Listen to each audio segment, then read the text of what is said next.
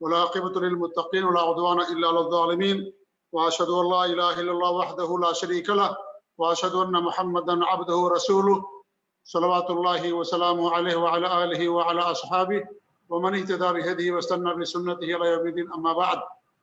معزز ناظرین و سامعین و مشاہدین، اس نئے وقت میں آپ لوگوں کا استقبال ہے، خوش آمدید ہے. کیونکہ عصر کے بعد جو پروگرام شروع کیا جا رہا تھا اس میں بھرپور وقت نہیں مل پاتا تھا شیخ سے استفادہ کرنے کا، اس لیے شیخ سے ہم نے گزارش کی. شیخ نے ہماری گزارش قبول کی، ہم شیخ کا شکریہ ادا کرتے ہیں. اور اس پورے سردی کے موسم میں انشاءاللہ شیخ کا یہ درس سعودی عرب کے ٹائم کے مطابق 7 بجے اور انڈیا کے ٹائم کے مطابق 9:30 بجے انشاءاللہ شروع ہوا کرے گا. 1.5 گھنٹے کا درس ہوگا. شیخ آن لائن ہو چکے ہیں، اس لیے میں مزید نہ کچھ کہتے ہوئے شیخ کا شکریہ ادا کرتے ہوئے میں شیخ سے درخواست کروں گا کہ شیخ اپنے درس کا آغاز فرمائیں، اپنے علم سے ہم سب کو مستفیض فرمائیں. اللہ رب العالمین شیخ کی حفاظت کرے اور ان کے علم سے ہمیں اور پوری امت مسلمہ کو استفادے کی توفیق بخشائے رب العالمین. وجزاکم اللہ خیر. السلام علیکم ورحمۃ اللہ وبرکاتہ.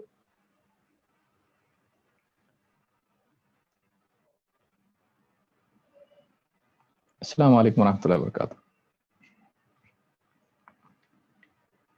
ان الحمد للہ نحمده ونستعینه ونستغفره ونعوذ باللہ من شرور انفسنا ومن سیئات اعمالنا من يهده الله فلا مضل له ومن يضلل فلا هادي له واشهد ان لا اله الا الله وحده لا شريك له واشهد ان محمدا عبده ورسوله. اما بعد فان خير الحديث كتاب الله وخير الهدي هدي محمد صلى الله عليه وعلى آله وسلم وشر الأمور محدثاتها وكل محدثة بدعة وكل بدعة ضلالة وكل ضلالة في النار. قال الله تبارك وتعالى وما آتاكم الرسول فخذوه وما نهاكم عنه فانتهوا.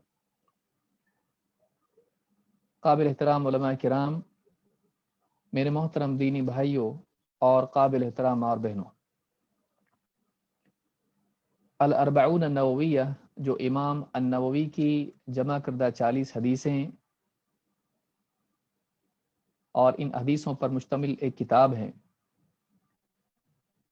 اس حدیث کی کتاب کا، اس مختصر سی کتاب کا ہم مطالعہ کر رہے ہیں اور پچھلے درس تک ہم نے اس کی 27 حدیثیں مکمل کی تھیں.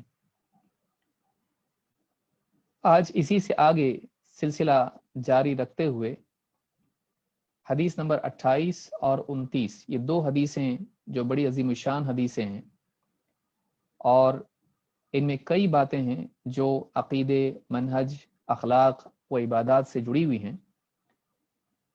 ان حدیثوں کا ہم مطالعہ کریں گے اور ان احادیث سے معلوم ہونے والی باتیں سمجھنے کی، سیکھنے کی کوشش کریں گے. ظاہر بات ہے کہ ان احادیث کو امام النووی رحمۃ اللہ علیہ نے جو جمع کیا ہے، ان میں سے ہر حدیث ایک بہت ہی جامع حدیث ہے اور ایک ایک حدیث میں دین کے کئی اصول اور کئی قواعد ہم کو معلوم ہوتے ہیں جو دین کے مختلف شعبوں پر مشتمل ہیں. کوئی عقیدے سے متعلق ہے، کوئی عبادات سے، کوئی اخلاق سے، کوئی انفرادی زندگی سے، کوئی معاشرے سے، کوئی حدیث حکومت سے متعلق ہے، کوئی دعوت سے متعلق ہے. اس طرح سے دین کے مختلف شعبے ہیں. ان شعبوں میں سے کسی نہ کسی ایک شعبے سے متعلق یہ حدیث ہوتی ہے اور اس میں اصول ہوتی ہے. اور بعض باتیں حدیثوں میں ضمناً ایسی بھی آتی ہیں جس میں مزید فائدہ ہوتا ہے اور جس کا سمجھنا ہمارے لیے ضروری ہے. بہت کوشش کے باوجود، اختصار کی حد درجہ کوشش کے باوجود بھی ہر حدیث کو کم وقت میں سمجھانا ایک مشکل کام ہے. لہٰذا ممکن ہے ان دروس میں، بعض دروس میں، جس سے پچھلے دروس میں بھی ہوا کہ بعض حدیثیں ایک حدیث ایک مکمل درس میں سمجھانی پڑی، اس میں ہم کو پڑھنا پڑی، اس کو سمجھنا پڑا. تو اس طرح سے بعض اوقات ہوتا ہے، لیکن اس تطویل کے لیے میں ابتدائی طور پر ہی شروعات ہی میں معذرت چاہتا ہوں کہ بعض اوقات اس طرح کا درس طویل ہو سکتا ہے، ایک حدیث کو سمجھانے میں زیادہ وقت لگ سکتا ہے۔ مقصود اس میں یہی ہے کہ رسول اکرم صلی اللہ علیہ وسلم کے کلام کی عظمت اور اس میں موجود معانی کے پیش نظر ہر بات کو سمجھانا ضروری ہوتا ہے۔ کہیں ایسا نہ ہو کہ اس حدیث کو پڑھنے کے بعد اس میں کچھ خلیش، کچھ کمی سمجھانے میں رہ جائے اور سمجھنے والے کو اس میں سے صحیح معنی سمجھ میں نہ آئے اور وہ غلط معنی سمجھ لے۔ تو اسی لیے اس تفصیل سے سمجھانے کی ضرورت ہوتی ہے، پھر بھی میں بہت اختصار سے کوشش کر رہا ہوں اور کروں گا انشاءاللہ۔ آج کی جو حدیث ہماری ہے، حدیث نمبر 28، یہ حدیث اتباع سنت کی اہمیت اور سلف کے منہج کی پیروی کی اہمیت اور بدعات سے اجتناب کی اہمیت اور بدعات کی برائی، ان چیزوں پر مشتمل ہے۔ صحیح منہج، اتباع والا اور بدعات سے اجتناب، یہ اس حدیث کا عنوان ہے، اس حدیث کا مرکزی موضوع ہے۔ آئیے دیکھتے ہیں حدیث کیا ہے۔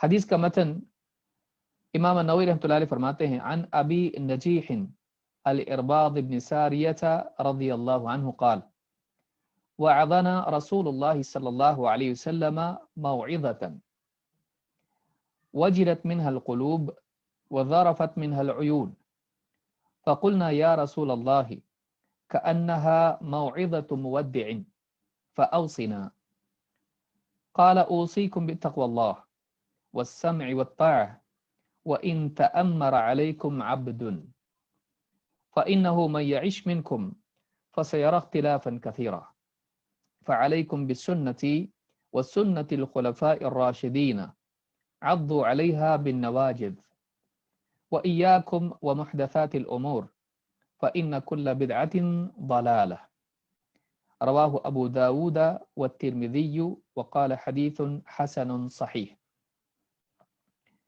رسول اکرم صلی اللہ علیہ وسلم کے صحابی ابو نجیح ارباز ابن ساریہ رضی اللہ تعالیٰ عنہ سے روایت ہے، فرماتے ہیں اللہ کے رسول صلی اللہ علیہ وسلم نے ہمارے درمیان ایک وعظ دیا، ہمیں وعظ و نصیحت کی، ایسا وعظ وجلت منہ القلوب، جس سے ہمارے دل دہل گئے، وذرفت منہ العیون، اور ہماری آنکھیں اشکبار ہو گئیں، ہماری آنکھوں سے آنسو بہنے لگے۔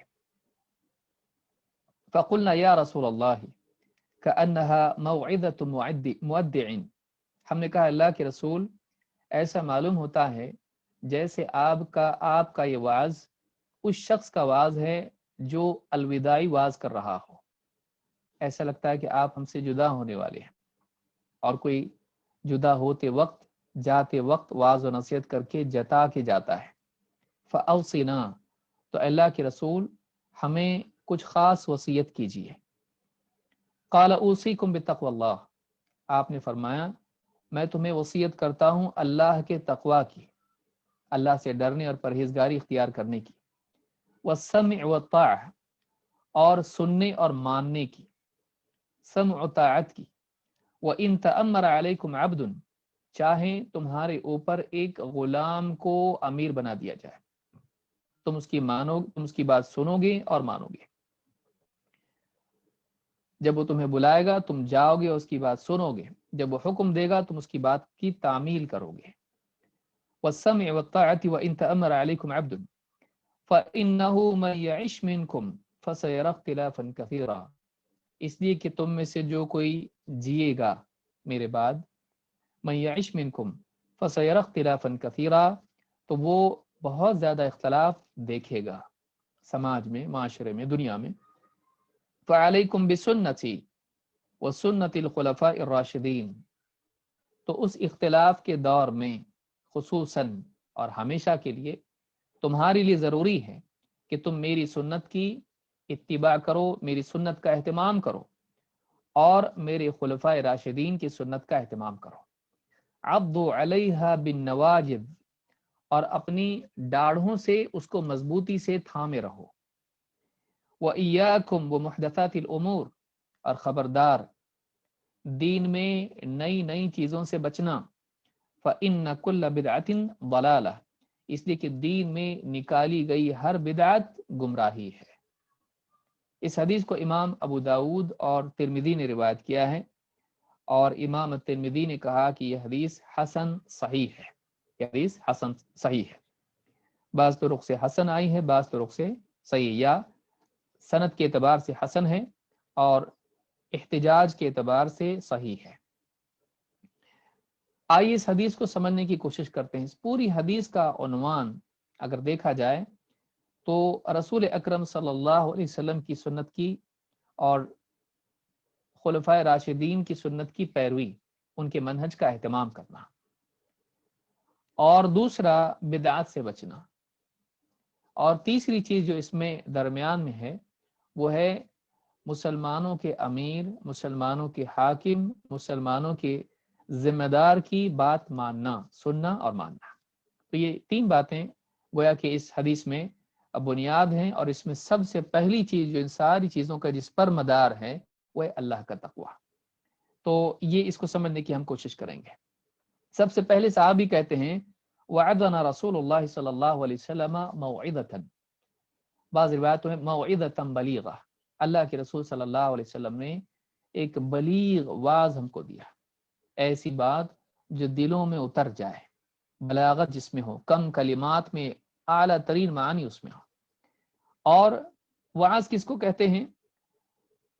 الجوہری کہتے ہیں اپنی الصحاح میں الوعظ النصح والتذکیر بالعواقب۔ وعظ کس کو کہتے ہیں؟ ایسی نصیحت کو، ایسی یاد دہانی کو جس میں انسان کو انجام کی یاد دہانی کرائی جائے، یعنی ایسی نصیحت جس میں انسان کو برے اعمال کے انجام سے خبردار کیا جائے۔ تو کہا کہ الوعظ النصح والتذکیر بالعواقب۔ اسی طرح سے الراغب الاصفہانی کہتے ہیں الوعظ زجر مقترن بتخویف۔ وعظ کہتے ہیں ایسی ڈانٹ کو جس میں خوف دلایا جائے، آخرت کا خوف، اللہ کے عذاب کا خوف، انسان کے برے اعمال کے دنیا میں برے انجام کا خوف۔ تو وعظ اس کو کہتے ہیں جس سے دل دہل جائیں، دل میں اللہ کا خوف پیدا ہو، آخرت کی فکر پیدا ہو۔ لیکن ویسے دیکھا جائے تو اہل علم نے کہا کہ اللہ کی ساری بات وعظ ہے، اس لیے عقائد کی بات ہو، واقعات ہوں، احکام ہوں، یہ سب کا سب وعظ ہے، اس لیے کہ اس کی تعمیل میں انسان کی بھلائی ہے، اور اس کی مخالفت میں انسان کے لیے فی نفسہ ہی وعید موجود ہے کہ اگر انسان اللہ کی نافرمانی کرے، اللہ کی بات کو پس پش ڈالے تو اس کے لیے جہنم اور عذاب ہے۔ تو وعظ کہتے ہیں انجام کا خوف دلانا اور ایسی نصیحت کرنا، یاد دہانی کرنا جس میں انسان کے لیے عواقب کی یاد دہانی ہو۔ صحابی کہتے ہیں وجلت منها القلوب وظرفت منها العیون فقلنا یا رسول اللہ كأنها موعظة مودع فأوصنا۔ کہا کہ اللہ کے رسول صلی اللہ علیہ وسلم نے ایسا وعظ کیا جس میں دو باتیں صحابے نے یہاں ذکر کی ہیں۔ کہا کہ ایک تو اس سے دل دہل گئے، اس سے دل دہل گئے، دلوں میں کپ کپی طاری ہو گئی، خوف پیدا ہو گیا۔ دوسرا یہ کہ اس کے نتیجے میں آنکھوں سے آنسو نکلنے لگے۔ دونوں اعتبار سے، ایک تو اس اعتبار سے کہ اس وعظ میں آخرت کی فکر دلائی گئی، آخرت کا خوف دلایا گیا، تو اس سے دل دہل گئے اور آنکھیں اشکبار ہو گئیں، رونے لگے صحابہ۔ دوسرے اس اعتبار سے بھی کہ صحابی نے آگے کہا اللہ کے رسول آپ کا جو وعظ ہے تو الوداعی وعظ لگتا ہے، آپ ایسی بات کر رہے ہیں جیسے اس میں اشارہ آپ دے رہے ہیں کہ آپ دنیا سے رخصت ہونے والے ہیں، ایسا لگتا ہے کہ گویا آپ ہم سے جدا ہونے والے ہیں۔ تو ایک اعتبار سے یہ بھی غم اور یہ بھی ڈر صحابہ کو ہو گیا کہ رسول اکرم صلی اللہ علیہ وسلم کی بات سے ایسا محسوس ہوتا ہے، ایسے اشارات آپ کے کلام میں ہیں، اس وعظ و نصیحت میں ہیں، اتنی تاکید اس میں ہے، گویا کہ یہ آخری خطبات دے رہے ہیں۔ تو صحابہ کے دل اس سے بھی دہل گئے اور انہیں اس سے بھی رونا آ گیا۔ تو دونوں چیزیں اس میں تھی، تخویف بھی اور اس اعتبار سے یہ الوداعی خطبہ ہونے کے اعتبار سے بھی۔ صحابی کھڑے ہو کے کہا، ہم نے کہا کہ اللہ کے رسول آپ کا جو خطبہ ہے یہ ایسا ایسا محسوس ہوتا ہے کہ گویا کہ الوداعی خطبہ۔ یہاں یہ بات یاد رکھنی چاہیے کہ دینی مجالس میں اور وعظ و نصیحت کی مجلسوں میں، خاص طور سے جمعہ کے خطبات یا اسی طرح سے عیدین کے خطبات ہیں، یا بعض ایسی مجالس جن میں تذکیر ہوتی ہے، وعظ و نصیحت ہوتی ہے، اس کا مومن کے دل پر کیا اثر ہونا چاہیے۔ ہم دینی مجالس میں شریک ہوتے ہیں محض علم کے لیے، لیکن حق یہ ہے کہ علم کے ساتھ ساتھ اس میں اپنے ایمان کی تجدید و ارتقاء، اپنے ایمان کو تازہ کرنے اور اس کو مضبوط بنانے کے لیے، اس کو اعلیٰ بنانے کے لیے بھی بیٹھنا چاہیے۔ یہی وجہ ہے کہ بعض اوقات دینی مجالس کی وجہ سے ہمارے علم میں تو اضافہ ہوتا ہے، ایمان پر کوئی اثر نہیں پڑ پاتا ہے، ہمارے دلوں پر اس کے اثرات نہیں ہوتے، معلومات بڑھ جاتی ہے، عقل بڑھ جاتی ہے، لیکن کیفیات دل میں طاری نہیں ہوتی، اس لیے کہ ہماری ابتدائی سے نیت ہی نہیں ہوتی ہے۔ لہٰذا ایک آدمی جب دینی مجلس میں بیٹھے تو اس طرح بیٹھے جیسے صحابہ بیٹھتے تھے، وہ اپنے دل پر اثر لینے کے لیے بیٹھے، اپنے ایمان کو تازہ کرنے کے لیے۔ قرآن کریم میں اللہ تعالیٰ نے ایمان والوں کی صفات میں سے یہ صفت بیان کی ہے کہ ان کے دل اللہ کی بات سے، اللہ کی یاد دہانی سے دہل جاتے ہیں، اور اللہ کی بات جب سنتے ہیں تو ان کی آنکھوں سے آنسو جاری ہو جاتے ہیں۔ اللہ تعالیٰ فرماتا ہے سورہ الانفال آیت نمبر 2، اللہ فرماتا ہے انما المؤمنون الذین اذا ذکر اللہ وجلت قلوبہم، ایمان والوں کا حال تو یہ ہے، سچے پکے ایمان والے تو وہ ہیں کہ جب اللہ کا ذکر ان کے سامنے کیا جاتا ہے، اللہ کی بات ان کے سامنے آتی ہے، اللہ کا تذکرہ ان کے سامنے ہوتا ہے، تو ان کے دل دہل جاتے ہیں۔ تو معلوم ہوا کہ اللہ کی بات عام لوگوں کی بات کی طرح نہیں ہونا چاہیے، اس کا اثر کسی اور کے بارے میں، بڑے سے بڑے بادشاہ کا معاملہ ہو، اس کا اثر جو دل پر ہوتا ہے اس سے کہیں زیادہ اللہ کا ہونا چاہیے، کہ اللہ سے بڑھ کے کوئی نہیں ہے، وہ سب سے بڑا ہے، کائنات کا رب اور مالک ہے۔ تو اللہ کا تذکرہ آتے ہی اپنی ذمہ داری کا احساس اور اللہ کے آگے جواب دہی کا احساس دل میں تازہ ہوتا ہے، اگر واقعی ایمان والا ہے، اور اس کے نتیجے میں اس کو ڈر ہو جاتا ہے کہ فوری طور پر وہ اپنی زندگی کی اصلاح اور آخرت کی تیاری کی طرف متوجہ ہوتا ہے، تو دل دہل جاتا ہے۔ یا اسی طرح سے سورۃ المائدہ آیت نمبر 83 میں اللہ تعالیٰ نے فرمایا وَإِذَا سَمِعُوا مَا أُنزِلَ إِلَى الرَّسُولِ تَرَى أَعْيُنَهُمْ تَفِيضُ مِنَ الدَّمْعِ مِمَّا عَرَفُوا مِنَ الْحَقِّ، کہ جب وہ اس کلام کو سنتے ہیں، اس حق کو سنتے ہیں جو رسول کی طرف نازل ہوا ہے، تو حق کی معرفت کے نتیجے میں تم انہیں دیکھو گے کہ ان کی آنکھوں سے آنسو جاری ہیں، ان کی آنکھیں امڑ پڑی ہیں، آنکھوں سے آنسو نکلنے لگ جاتے ہیں۔ کس کے؟ اہل ایمان کے، جو سچے ایمان والے ہوتے ہیں، جو حق کی طلب میں ہوتے ہیں۔ تو جب حق ان کے سامنے آتا ہے جس کی تلاش میں ان کا دل تھا، تو پھر حق کے سامنے آتی، اس لیے اب دیکھیں کئی غیر مسلم ہوتے ہیں جو ایمان کی چاہت ان کے دل میں ہوتی ہے، حق کی تلاش ان کے دل میں ہوتی ہے، جیسے ہی اسلام کا سچا پیغام ان کے سامنے پہنچتا ہے، اس حق کو پا کے وہ برداشت نہیں کر پاتے ہیں کہ اسی کی تلاش میں زندگی بھر تھا، اب میرے سامنے آیا، تو اس کو سننے کے بعد میں وہ رو پڑتے ہیں۔ کئی غیر مسلم اسلام جب قبول کرتے ہیں تو رو دیتے ہیں، کیا وجہ ہے؟ کہ زندگی بھر اسی کی تلاش میں تھے، اور اب ان کے سامنے آیا، اب ایسا لگتا ہے کہ اب وہ مل گیا جس کی ہم تلاش کر رہے تھے، سچائی اب سامنے آئی۔ جیسے ایک ایسا انسان جو ریگستان میں چل رہا ہو، کئی دنوں کا سفر اس نے کیا اور پانی کے لیے ترس رہا ہو، اور کوئی لا کے اس کو ٹھنڈا پانی دے اور اس کے بدلے میں کچھ نہ چاہے اور اس پر شفقت کا ہاتھ پھیرے اس کے سر پہ، تو اس آدمی کو کتنا اچھا لگتا ہے، رو دیتا ہے وہ۔ تو یہ آپ دیکھیں جتنے لوگ یعنی زلزلوں میں یا اسی طرح سے آپ دیکھیے مصیبت کے اوقات میں، لاک ڈاؤن میں کتنے لوگوں کو آپ دیکھیے لوگوں نے ان کو کھانے کے لیے کچھ دیا تو رو پڑے وہ لوگ، کئی دنوں کا بھوکا ہوں ہے۔ تو یہ جو کیفیت ہے، جس چیز کی تلاش میں انسان ہوتا ہے، حق کی تلاش میں، جب اس کو حق ملتا ہے تو اپنے دل کو سمیٹ نہیں پاتا ہے، بلکہ اس کی آنکھیں بہہ پڑتی ہیں۔ تو اللہ نے فرمایا تَرَى أَعْيُنَهُمْ تَفِيضُ مِنَ الدَّمْعِ مِمَّا عَرَفُوا مِنَ الْحَقِّ، کہ حق کی معرفت کے سبب تم ان کو دیکھو گے کہ حق کو پہچان لینے کی وجہ سے، حق مل جانے کے سبب ان کی آنکھوں سے آنسو جاری ہیں۔ تو یہ باتیں، یہ دو صفات اللہ تعالیٰ نے اہل ایمان کی بیان کی ہے۔ اچھے لوگوں کی صفات میں سے یہ صفات ہیں کہ وہ دین کی بات سنتے ہیں تو ان کے دلوں میں کیفیات پیدا ہوتی ہیں، ڈر اللہ کا پیدا ہوتا ہے، اور وہ رو پڑتے ہیں جب واقعی ان کے سامنے نصیحت آتی ہے۔ اب آئیے دیکھتے ہیں اللہ کے نبی صلی اللہ علیہ وسلم نے کیا نصیحتیں کی، کیا وصیت آپ نے کی۔ کہا کہ فَأَوْصِنَا، ہم کو کچھ وصیت کیجئے، کوئی تاکیدی حکم دیجئے، وصیت کیجئے، کوئی تاکیدی حکم دیجئے جو عام احکام سے اہم ہو، زندگی کے امور میں بہت ضروری ہو،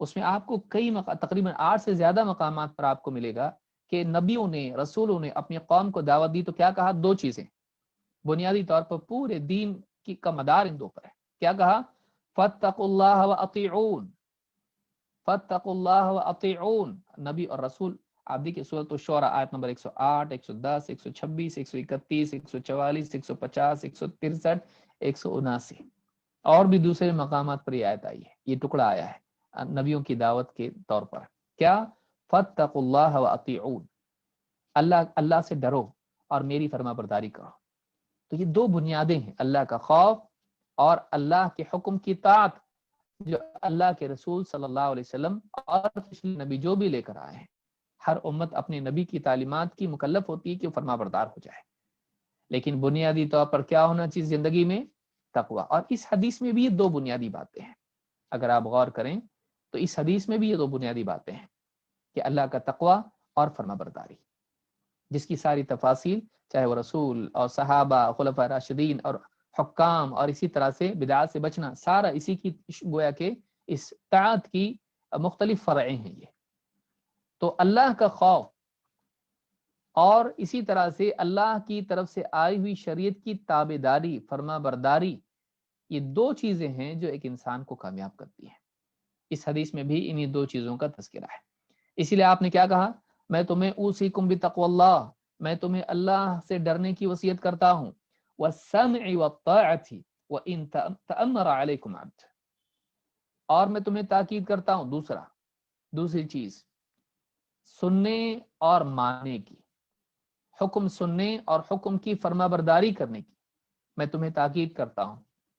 کس اعتبار سے؟ کس کا حکم کا؟ وَإِن تَأَمَّرَ عَلَيْكُمْ عَبْدٌ، چاہے تمہارے اوپر ایک غلام کو امیر بنایا جائے، کیونکہ آپ اپنے بات کے لیے وصیت کر رہے ہیں کہ آپ ہم سے جدا ہونے والے ہیں، ایسا لگتا ہے صحابی نے کہا. تو آپ کے بعد ہمیں کس چیز کی تاکید آپ کرتے ہیں؟ تو علمی اعتبار سے، شرعی اعتبار سے یا حکومت کے اعتبار سے، جو 2 شعبے ہیں دین و دنیا کے، ان دونوں اعتبار سے ہم کو کیا رہنمائی آپ دیتے ہیں؟ آپ نے پہلے تو کہا کہ تقوی ساری خیر کی جڑ ہی ہے، اللہ کا خوف زندگی میں نہیں تو سب آدمی بے لگام ہو جائے گا. لیکن اس کے بعد کیا؟ تم پر حاکم آئیں گے امت کے امور کی نگرانی کرنے کے لیے، تم پر امیر بنائے جائیں گے، چاہے وہ لشکر بھیجا جائے، چاہے کچھ زندگی کے معاملات ہوں، تم پر علاقوں میں گورنر اور اس طرح کے جو بھی اسلامی حکومت میں ایسے لوگ ہوں گے جو تم پر حاکم ہوں گے، چاہے وہ خلیفہ ہو، چاہے وہ مسلمانوں کا حاکم ہو. تو اس وقت میں تمہارے لیے ضروری ہے کہ کیا کرو؟ وَالسَّمْعِ وَالطَّاعَةِ وَإِن تَأَمَّرَ عَلَيْكُمْ عَبْدٌ، چاہے تم پہ غلام کو امیر بنایا جائے. انسان کی طبیعت، غلام خود محکوم ہوتا ہے اپنے مالک کا، بلکہ وہ سر سے پاؤں تک کسی اور کا خریدا ہوا ہوتا ہے، وہ اپنا مالک بھی نہیں ہوتا ہے کہ اعتبار سے وہ اپنے مالک کا غلام ہوتا ہے. اور غلاموں کے لیے ذلت ہمیشہ سے مانی گئی ہے، اسلام نے عزت دی غلام کو. لیکن آپ سارے سماجوں میں دیکھیں انسانوں کی طبیعت غلاموں سے عبادت کرتی ہے، غلام ہے وہ تو حقیر نگاہ سے ہمیشہ دیکھا گیا ان کو. انسانوں کی تاریخ آپ دیکھیں، لیکن اسلام یہ بتایا گیا تمہارے اوپر اگر اتھارٹی ایک غلام بھی ہے تم کو ماننی پڑے گی اس کی. مسلمان کو ڈسپلن کی تاکید کی جا رہی ہے، سماج میں تنظیمی ڈھانچے کو صحیح بنایا جا رہا ہے. تم یہ مت دیکھو وہ کون ہے، وہ اپنی ذات کے اعتبار سے، اپنے خاندان کے اعتبار سے، اپنی حیثیت کے اعتبار سے کون ہے، نہیں، اتھارٹی کے اعتبار سے دیکھو وہ کون ہے. تم پر امیر ہے، وہ اس کی پوزیشن کیا ہے، وہ قائد ہے تمہارا، وہ حاکم ہے تم پر، وہ امیر ہے تم پر. اگر اس کو بھی تم پر امیر بنایا جائے تو تم کو اس کی ماننی پڑے گی. کتنی بڑی یعنی تعلیم ہے اسلام کی. اور غلام کو امارت کا باب اس میں بتایا گیا، ایسا بھی ہو تو بھی ماننی پڑے گی تم کو. رنگ و نسل اور اسی طرح سے چھوٹا بڑا سارا ختم، اتھارٹی کو مانو چاہے کوئی بھی ہو. کہا کہ وَالسَّمْعِ وَالطَّاعَةِ وَإِن تَأَمَّرَ عَلَيْكُمْ عَبْدٌ، اور کہا حدیث میں دیکھیے اس طرح سے اور کئی حدیث. اب اس باب میں ہم کو تھوڑا سا تفصیل میں سمجھنا پڑے گا، اور خصوصاً آج کے اس تکفیری دور میں، خارجی دور میں، جس میں بہت ساری تنظیمیں اور بہت سارے آزاد مزاج لوگ جو ہیں حکام کے خلاف لوگوں کو بھڑکاتے ہیں، اور ساری دنیا میں ہم دیکھ رہے ہیں. خاص طور سے مسلم حکام کے بارے میں، کہ ان کے خلاف لوگوں کو بھڑکانا اور ان کے خلاف خروج کی دعوت دینا اور ان کے عیوب کو لوگوں کے سامنے رکھنا اور لوگوں کو ان سے بدظن کر کے ان کے خلاف سازش کرنے والا بنانا اور ان کی کمیوں کو اور ان کی کوتاہیوں کو بتا کے لوگوں کو ان سے دور کرنا، یہ جو ساری چیزیں ہیں اس دور میں ہم خاص طور سے دیکھ رہے ہیں، جو میڈیا کا دور ہے، اور غیر مسلموں کی سازشیں اس میں بہت زیادہ ہیں اور اپنوں کی بھی بے وقوفی اور نادانیاں اس میں ہیں۔ اعلیٰ کل حال اللہ کے رسول صلی اللہ علیہ وسلم نے فرمایا ان امر علیکم عبد مجدع اسود یقودکم بکتاب اللہ تعالی فاسمعوا له واطیعوا، امام مسلم نے اس کو روایت کیا ہے۔ آپ نے فرمایا اگر تم پر امیر بنایا جائے ایک غلام جو مجدع ہو، بعض روایتوں میں مجدع الاطراف ہے، یعنی ناک کان کٹا ہوا ہے، عیب دار ہے، تو ایسا بھی ہے مجدع الاطراف ہے۔ اسی لیے تحفۃ الاحوذی میں شیخ عبد الرحمن مبارک پوری کہتے ہیں مقطوع الانف والاذن، ناک کان کٹا ہوا ہو، یقودکم بکتاب اللہ تعالی، لیکن غلام کیسا ہے؟ علم والا ہے، وہ اللہ کی کتاب یعنی اللہ تعالیٰ کی طرف سے آئی ہوئی شریعت کی روشنی میں تمہاری قیادت کرتا ہے، اس کی لیڈرشپ کی بنیاد کتاب اللہ پر ہے، ظاہر بات ہے کتاب اللہ ہے تو سنت اپنے آپ آ جاتی ہے طبعاً۔ فاسمعوا له واطیعوا، تو تم اس کی بات سنو اور مانو۔ تو اس سے معلوم ہوا کہ غلام اگر عیب دار بھی اپنی ذات میں ہے تب بھی اگر وہ علم کی بنیاد پر تمہاری رہنمائی کرتا ہے، لیڈرشپ نبھاتا ہے اور قیادت کرتا ہے، تم کو اس کی ماننی پڑے گی۔ اس میں بھی فضیلت ہے علم کی، کتاب اللہ کا علم کتنا اہم ہے، سنت کا علم کتنا اہم ہے کہ غلام بھی لوگوں کا لیڈر بن سکتا ہے اگر اس کے پاس وہ علم ہو تو۔ رنگ و نسب کو اسلام نے ختم کر دیا ہے۔ آئیے آگے بڑھتے ہیں۔ یہاں ایک سوال ہی پیدا ہوتا ہے، ٹھیک ہے بھائی حاکم کی تو ماننا چاہیے، جب ہمارے اوپر حاکم بنایا جائے، اگر وہ ظالم ہو تو اس کے خلاف آواز نہیں اٹھانا کیا؟ لوگوں کو بھڑکانا نہیں، جگانا نہیں، لوگ قوم سوئی ہوئی رہتی ہے تو ان کو جگا کے اس کے خلاف ریولوشن نہیں لانا کیا؟ اللہ کے نبی صلی اللہ علیہ وسلم نے ایسے حال میں بھی حاکم کی بات ماننے کا حکم دیا ہے جب کہ وہ ظالم ہو، چاہے وہ ظلم فرد پر ہو یا مجتمع پر۔ یہ تفریق خود ایک غلط چیز ہے۔ بعض لوگوں نے کہا نہیں انفرادی ہو تو الگ ہے، اجتماعی ہو تو الگ ہے، نہیں، اگر وہ ظالم ہے تو آپ نے فرمایا تسمع وتطیع للامیر، تو امیر کی، اپنے حاکم کی سنے گا اور مانے گا۔ وَإِن ضُرِبَ ظَهْرُكَ وَأُخِذَ مَالُكَ فَاسْمَعْ وَأَطِعْ، چاہے تیری پیٹھ پر کوڑے برسائے جائیں یا تیرا مال چھین لیا جائے، سن اور فرما برداری اختیار کر۔ بعض روایتوں میں یہ وَإِن ضَرَبَ ظَهْرَكَ وَأَخَذَ مَالَكَ اس کی نسبت امیر کی طرف ہے، حاکم کی طرف ہے، چاہے وہ حاکم تیری پیٹھ پر کوڑے برسائیں اور تیرا مال تجھ سے چھین لے یعنی ظلمن، تب بھی تو اس کی اطاعت کر۔ اگر ظلمن نہیں تو بولنے کا کیا مطلب، پھر بھی اس کی فرما برداری کر۔ اگر حدود نافذ کر رہا ہے تب تو اچھا ہی ہے، لیکن ظلمن ایسا کر رہا ہے تب بھی اس کی سن اور مان۔ تو اس حدیث کو امام مسلم نے روایت کیا ہے۔ اس سے معلوم ہوتا ہے کہ اگر حاکم ظالم بھی ہو تب بھی اس کی سمع و طاعت، اس کی بیعت سے ہاتھ نہیں کھینچا جائے گا، اس کی فرما برداری کی جائے گی، اس کے خلاف بغاوت نہیں کی جائے گی۔ تو یہ بہت اہم اصول ہے جو تقویٰ کے تحت آتا ہے۔ اور آپ دیکھیں گے کہ رسول اکرم صلی اللہ علیہ وسلم نے الوداعی خطبے میں صحابہ کے مطالبے پر کی۔ اس سے معلوم ہوتا ہے کہ یہ کتنی اہم چیز آپ نے اپنی زندگی میں اخیر وقت میں بیان کیا۔ اگر یہ نکل جائے زندگی سے تو آپ آج تاریخی شاہد ہے، اس کا تاریخی گواہی ہمارے سامنے ہے کہ کتنی حکومتیں لوگوں کے اس طرح کے ریولوشن کی وجہ سے تباہ ہو گئی۔ مسلم حکومتیں، ہاتھ کیا ہے مسلمانوں کے؟ کچھ بھی نہیں۔ ایک ظالم حکومت کو ہٹا کر لوگ اس سے ظالم حکومت لاتے ہیں، بد سے بدتر لے آتے ہیں، لوگوں کی جان و مال کا نقصان ہوتا ہے، لوگوں کی جان و مال کا نقصان ہوتا ہے، تعلیم سے لے کر کھانے پینے سے لے کے الیکٹریسٹی سے لے کے کھنڈر بن جاتے ہیں ملک، سول وار کی وجہ سے یا دوسری حکومتیں حملہ کرنے کی وجہ سے۔ تو یاد رکھیں کہ یہاں پر ایک خاص حکم آپ نے ہم کو کیا دیا چاہے تمہارے اوپر ایک غلام کو امیر بنایا جائے، حاکم بنایا جائے، جو اللہ کی کتاب سے تمہاری رہنمائی کرتا ہے، تم اس کی فرما برداری کرو گے۔ پھر حدیثوں میں یہ بھی، چاہے وہ ظالم ہو تبھی بھی تم اس کی بات مانو۔ کوئی آدمی کہہ سکتا نا کہ بھئی اب وہ کتاب سے ہٹ رہا ہے تو اب نہیں، کہ نہیں، اگر وہ ظلم بھی کرتا ہے تب بھی تم کو اس کی فرما برداری کرنی پڑے گی۔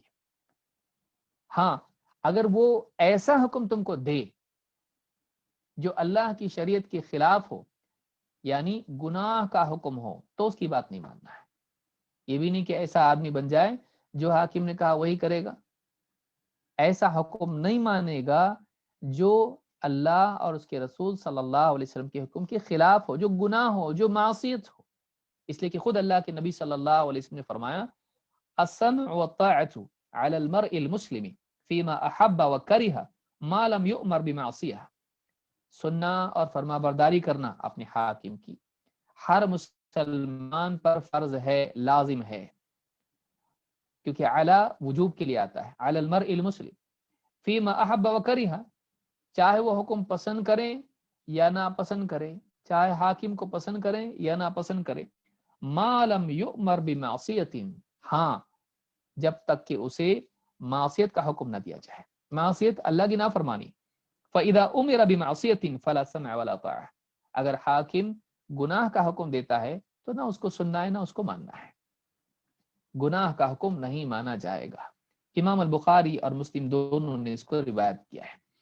تو اس حدیث سے بات معلوم ہوتی ہے، یہ حدیث نمبر 7144 ہے بخاری میں، اس حدیث سے بات معلوم ہوتی ہے کہ گناہ کے حکم میں حاکم کی فرما برداری نہیں ہے، لیکن اس کے باوجود حاکم کے خلاف خروج نہیں ہے۔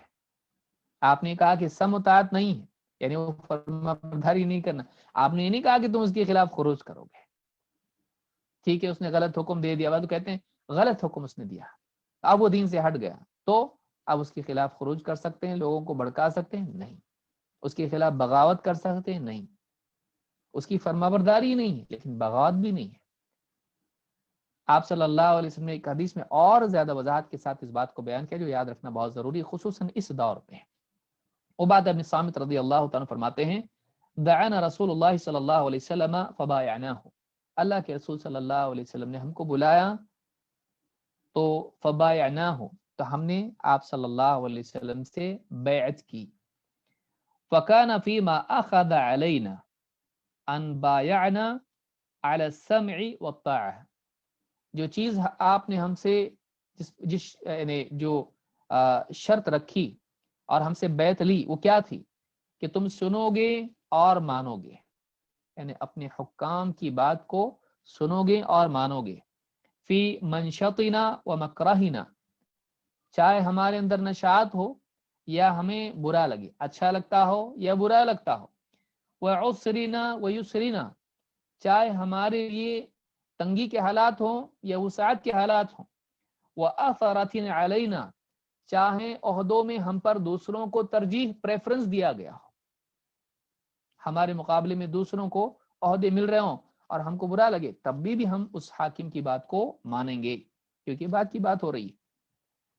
وَأَلَّا نُنَازِعَ الْأَمْرَ أَهْلَهُ، اور ہم دین کے معاملہ یا دین میں حکومت، یہاں پر الامر جو آیا ہے تو فتح الباری میں کہتے ہیں الملک والامارہ، ابن حجر کہتے ہیں یا مراد کیا ہے امر سے، کہتے ہیں الملک والامارہ، کہ اللہ ننازع الامر اہلہ، ہم حکومت کے اہل جو لوگ ہیں، حکومت والے جو لوگ ہیں، ان سے ہم اس کو چھیننے کی کوشش نہیں کریں گے، اس کو چھیننے کی کوشش نہیں کریں گے، اس سے جھگڑا نہیں کریں گے۔ اور فرماتے ہیں قال الا ان تروا کفرا بواحا عندکم من اللہ فیہ برہان، کہا کہ ہم ان سے منازعت نہیں کریں گے، لڑیں گے نہیں، اختلاف نہیں کریں گے، اس سے چھیننے کی کوشش نہیں کریں گے، الا یہ کہ ان تروا کفرا بواحا، الا یہ کہ تم کھلا کفر دیکھو، جس کے سلسلے میں، جس کے کفر ہونے کے بارے میں تمہارے پاس اللہ کی طرف سے کھلی دلیل موجود ہو۔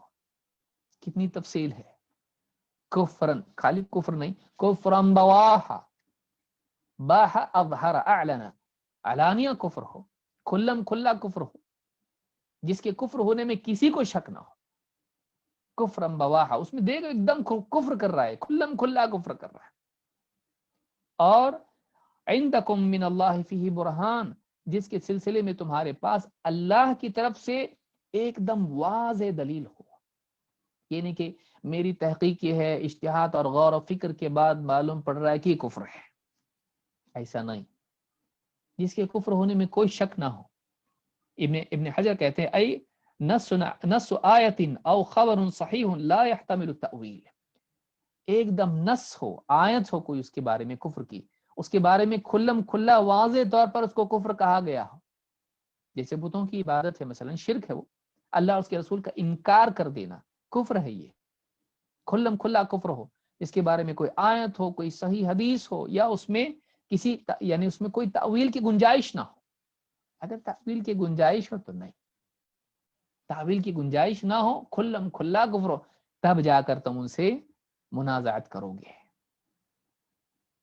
آپ دیکھیے آج ذرا سی بات پر اجتہادی مسائل کے اندر بعض لوگ حکام پر کفر کے فتوے دے دیتے ہیں، صحیح نہیں ہے، اتنا کھلا کفر ہونا چاہیے، اتنا کھلا ہوا کفر ہونا چاہیے۔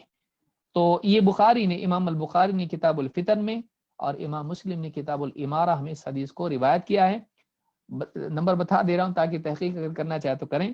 امام البخاری نے 7055 اور 7056 دو ہیں، محمد فواد عبد الباقی کی ترقیم کے اعتبار سے، نمبرنگ کے اعتبار سے، اور صحیح مسلم میں حدیث نمبر 1709 پر یہ حدیث موجود ہے، جس میں 42 نمبر پر یہ ہے۔ تو یہ حدیث بھی بتاتی کہ حاکم کے خلاف خروج نہیں، جب تک وہ مسلمان ہے، چاہے آپ کا اس سے اختلاف ہو، اجتہادی معاملے میں بھی آپ کو اس کی بات ماننی پڑے گی۔ بعض مسائل میں ایسا ہوتا ہے کہ حاکم اجتہاد کرتا ہے اور فیصلہ دیتا ہے، آپ کے نزدیک وہ خطا ہوتا ہے، لیکن معصیت نہیں ہے، اجتہادی خطا ہے، گناہ نہیں ہے، تو اس خطا میں بھی اس کی بات کو ماننا پڑے گا۔ اختلافی امور میں حاکم کا فیصلہ فائنل ہوتا ہے، اس کو یاد رکھیے۔ بعض اوقات آدمی کہتا ہے علماء نے فلاں عالم کا فتویٰ، فلاں عالم کا فتویٰ، لیکن اگر حاکم کہتا ہے کہ تم کو یہ کرنا ہے، تو اس وقت میں حاکم کا فیصلہ فائنل ہوتا ہے اجتہادی امور میں۔ ہاں گناہ کا معاملہ ہے تو فرما برداری نہیں ہے، لیکن اجتہادی معاملات ہیں تو حاکم کی بات ماننی پڑے گی، اس لیے کہ مانیں گے کس کی؟ مانیں گے کس کی؟ جب اس کا حکم چل رہا ہے اس میں اس کا فیصلہ ماننا پڑتا ہے ایسے معاملات میں۔ تو یہ بات یاد رکھنا ضروری۔ بعض اوقات فیصلے حاکم کے بدلتے لوگوں میں کنفیوژن پیدا ہوتا ہے، پہلے تو ایسا تھا، بعد میں ایسا کیوں ہوا؟ تو علماء کے فتوے اپنی جگہ ہیں، لیکن حاکم یہ دیکھتا ہے کہ یہ بھی فتویٰ ہے، یہ بھی فتویٰ ہے، کسی مصلحت کے تحت وہ کسی ایک فتوے کو اختیار کرتا ہے، ترجیح دیتا ہے۔ اب پبلک کہتی کہ یہ ایسا کیسا بدلے انہوں نے، صحیح پہلے تھا کہ اب ہے، تو یہ دیکھنا ضروری ہوتا ہے کہ حاکم کا اجتہاد فائنل ہوتا ہے، اس کا فیصلہ ماننا پڑتا ہے، نفاذ اس کا ہوگا۔ تو یہ چیزیں یاد رکھنا چاہیے۔ اب کوئی آدمی کہنے لگے دیکھو پیڑ کاٹنا تو غلط نہیں ہے، قرآن و حدیث میں کہیں بھی منع نہیں ہے، لیکن حاکم نے کہا ہے کہ کوئی پیڑ نہیں کاٹا جائے گا، اس کو بچانا ہے ہم کو کلائمیٹ کے چینجز کی وجہ سے، فلاں وجہ سے۔ اگر حاکم اس طرح کا حکم دیتا ہے مسلمانوں کو، تو ایسی صورت میں اس کا حکم مانا جائے گا۔ یہ نہیں کہیں گے کہ اللہ نے تو نہیں منع کیا، تم کہاں سے منع کرنے والے آئے، نہیں۔ تو اس طرح کی جتنے بھی معاملات ہیں اس میں فیصل حاکم ہوتا ہے، اس میں اس کا حکم مانا جائے گا، کیونکہ اس کے ہاتھ میں قوت ہے اور اس کو مکلف بنایا گیا ہے کہ وہ حکم دے، مصلحت دیکھے رعایا کی مسلمانوں کی۔ تو یہ دوسرا حکم ہم کو معلوم ہوا تقویٰ کے بعد، کہ حکام کی فرما برداری چاہے وہ کیسے بھی ہو، الا یہ کہ اسلام سے ہی نکل جائے، لیکن زبردستی ان کو اسلام سے نکالنا بھی جائز نہیں ہے، چھوٹی چھوٹی چیزوں کی وجہ سے، اشتہادی معاملات کی وجہ سے۔ آئیے آگے بڑھتے ہیں۔ پھر آپ نے فرمایا فَإِنَّهُ مَن يَعِشْ مِنْكُمْ فَسَيَرَى اخْتِلَافًا كَثِيرًا۔ آپ نے ایک یعنی کلی طور پر ایک بہت بڑی عظیم بات کے بارے میں بتایا۔ اب تو ایک تو حاکم کا معاملہ ہے، لیکن اس سے بڑھ کر دین کے اور مزید شعبوں میں ایک انسان کے لیے صحیح منہج ہونا ضروری ہے، کیونکہ چاہے حاکم کا معاملہ ہو یا چاہے وہ نماز کا معاملہ ہو، عقیدے کا معاملہ ہو، کوئی بھی معاملہ ہو، اس میں اگر صحیح منہج انسان کا نہیں ہوگا تو بہت ممکن ہے وہ حاکم کے خلاف بھی خروج کریں اور دین کے معاملات میں کئی غلط راہوں میں نکل جائے۔ اس کے لیے ضابطہ آپ نے بیان کیا کہ بعد میں اختلاف ہوگا، عقیدے میں بھی ہوگا اور حکومت کے معاملات میں بھی ہوگا اور کئی معاملات میں ہوگا، دین کے مفاہیم میں اختلاف ہوگا، اس میں تم کو کیا کرنا چاہیے؟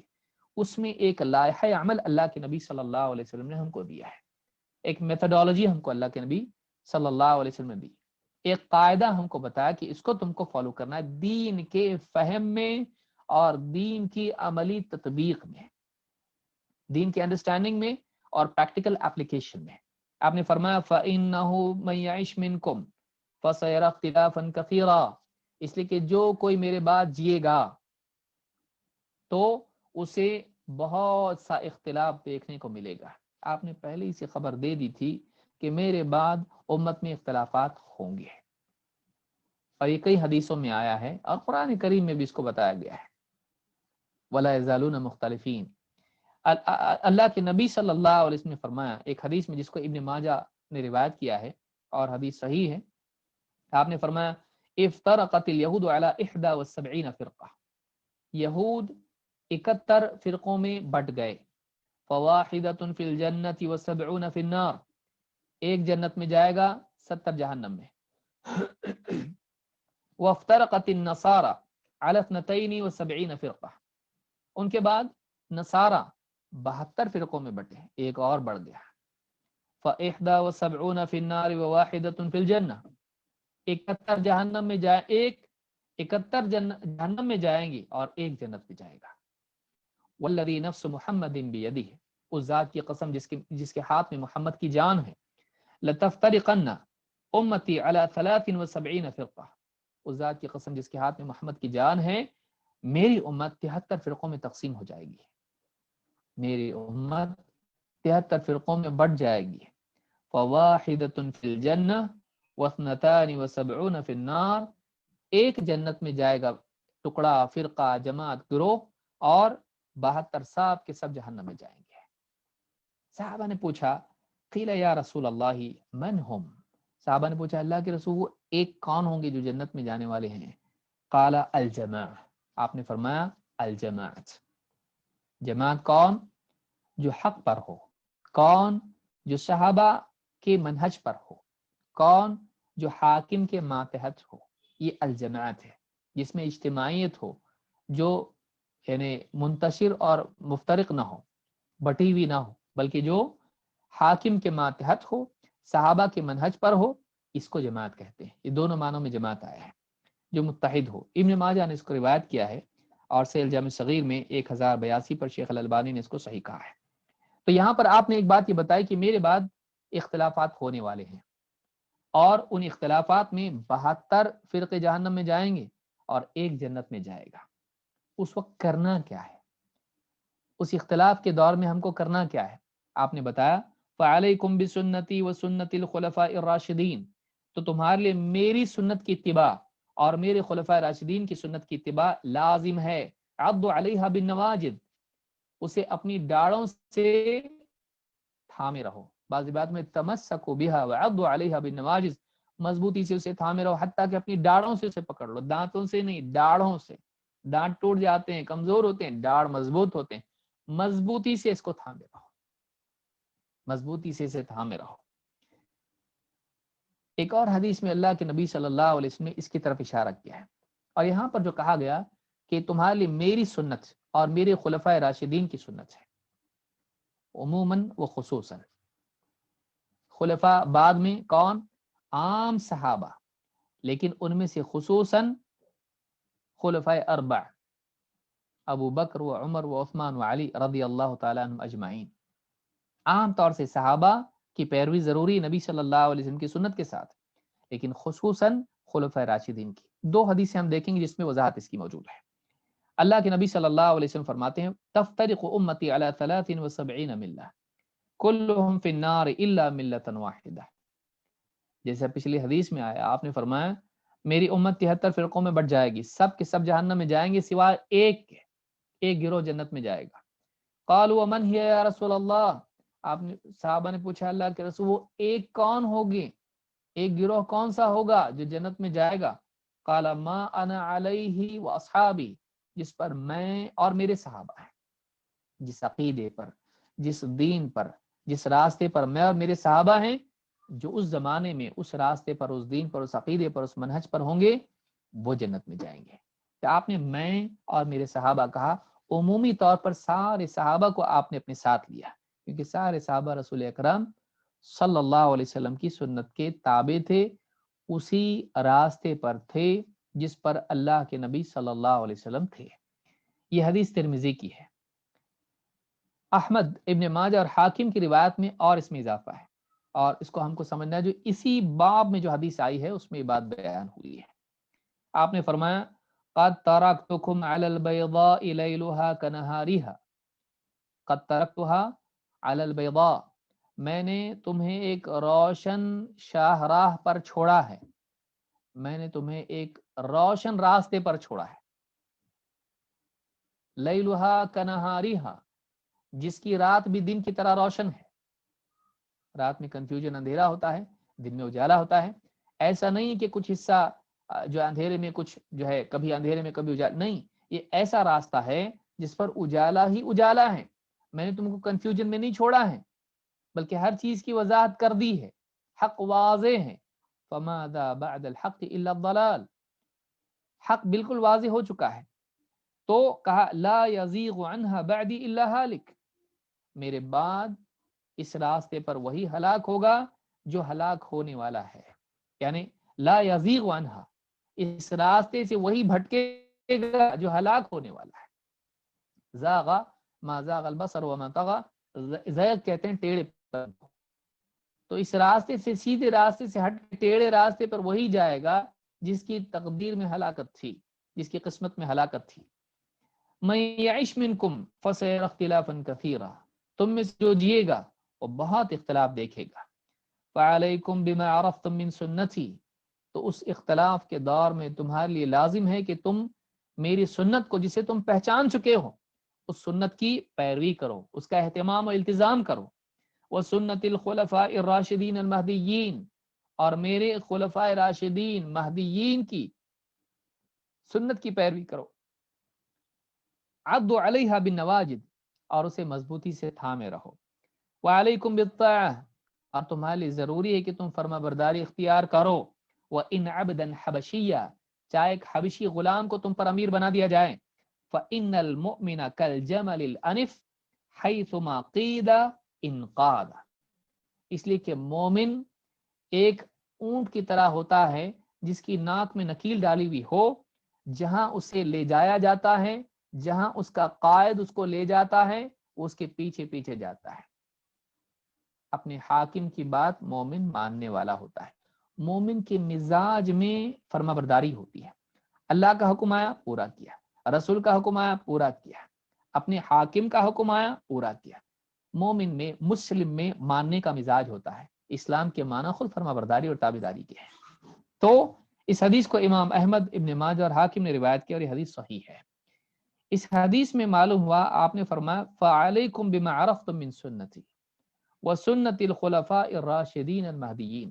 الراشد المہدی، راشد رشد اور ہدایت دو الگ الگ لفظ ہیں، دونوں کے معنی تقریباً ایک ہی لیکن پہلو الگ ہے۔ ہدایت کے بالمقابل ضلال ہوتا ہے، اور رشد کے مقابل میں غوایا ہوتا ہے۔ ما ضل صاحبکم وما غوا، اللہ نے کیا فرمایا؟ تمہارے جو صاحب ہیں، یہ جو ساتھی ہیں محمد صلی اللہ علیہ وسلم، ما ضل صاحبکم وما غوا، تو ضلال اور غوایا دو چیزیں ہیں۔ ضلال کیا ہے؟ لا علمی میں نکل جانا کسی راستے پر، اور غوایا کیا ہے؟ سیدھا راستہ جاننے کے باوجود غلط راستے پہ جانا۔ تو نہ لا علمی کی وجہ سے راہ بھٹکے ہوئے ہیں، نعوذ باللہ، اور نہ راہ جانتے ہوئے غلط راستے پر جا رہے ہیں۔ تو رشد و ہدایت کیا ہے؟ ہدایت یہ ہے کہ ایک انسان علم کی بنیاد پر ہو، وہ علم پر قائم ہو، اس کے پاس حق کا علم ہو، یہ ہدایت یافتہ ہے، مہدی۔ اور راشد کس کو کہتے ہیں؟ جو اس ہدایت کے پانے کے بعد اس ہدایت پر چلتا بھی ہو، تو یہ کون ہے؟ اولئک هم الراشدون، یہ راشد ہے۔ تو صحابہ خلفاء راشدین کے بارے میں کیا فرمایا آپ نے؟ دونوں صفات ان میں ہیں، ان کے پاس حق کی معرفت ہے، نبوی علم انہوں نے لیا ہے، اللہ کے نبی صلی اللہ علیہ وسلم کی طرف آئی ہوئی، آپ کے پاس آئی ہوئی ہدایت کے وہ حاملین ہیں، اور کردار میں بھی پختہ ہیں کہ اس ہدایت کے آنے کے بعد وہ مرتد نہیں ہو گئے جیسا کہ شیعہ کہتے ہیں۔ وہ ہدایت کے آنے کے بعد انہوں نے اس ہدایت سے انحراف نہیں کیا جیسا کہ خوارج وغیرہ نے کہا، بلکہ وہ اس ہدایت پر قائم و دائم ہے۔ اللہ کے نبی صلی اللہ علیہ وسلم نے اپنے بعد خلفائے راشدین کے بارے میں کہا کہ وہ راشد بھی ہیں اور مہدی بھی ہیں۔ جو خود ہدایت یافتہ نہ ہو مہدی، وہ لوگوں کی رہنمائی ہادی کیسے ہو سکتا ہے جو مہدی نہ ہو؟ تو یہاں پر یہ دو باتیں بہت اہم ہیں جو ہمارے جاننے کے لیے ضروری ہیں۔ اس تعلق سے شیخ الالبانی کہتے ہیں رحمہ اللہ، المقصود من الخلفاء الراشدین باجماع علماء المسلمین ابو بکر الصدیق وعمر الفاروق وعثمان ذو النورین وعلی بن ابی طالب رضی اللہ عنہم اجمعین ہؤلاء الاربعۃ باتفاقہم۔